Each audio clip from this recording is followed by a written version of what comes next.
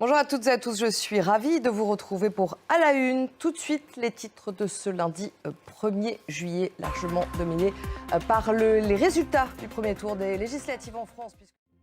Les résultats du premier tour des législatives en France sont sans appel, selon les résultats définitifs donnés par le ministère de l'Intérieur. Alors après son très bon score aux européennes, le Rassemblement national confirme donc sa place de première force politique en France. Le tout est maintenant de savoir si ce parti parviendra à obtenir la majorité absolue.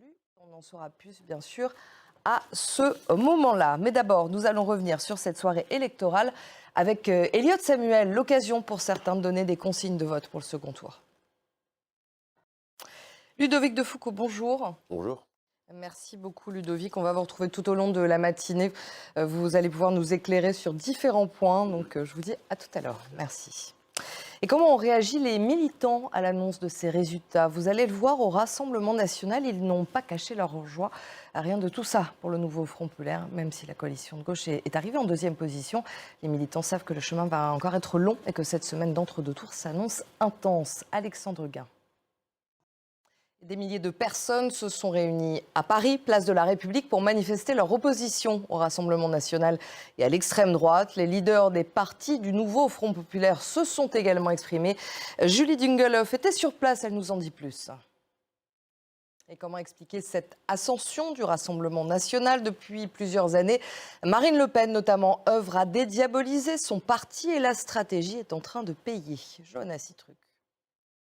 Et le nouveau Front populaire, comme vous le savez, s'est imposé comme la deuxième force après le Rassemblement national, une alliance des gauches qui a refait surface à la surprise générale après la dissolution de l'Assemblée nationale il y a 3 semaines. Cette alliance qui renaît sur les cendres de la NUPES, elle avait implosé en raison de divergences et de problèmes de leadership. Nicolas Chamontin.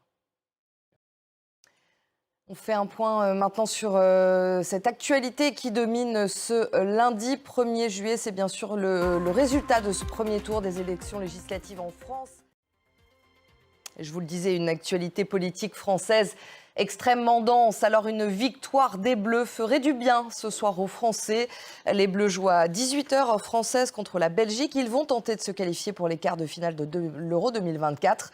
L'Angleterre a, elle, rejoint la Suisse hier en quart de finale. Les résultats en détail, c'est tout de suite. Je vous rappelle la principale information de cette matinée. Les résultats du premier tour des législatives en France sont sans appel. Restez avec nous sur France 24. On continue à parler, bien sûr, de ces résultats du premier tour des législatives dans cette nouvelle demi-heure d'information. À tout de suite.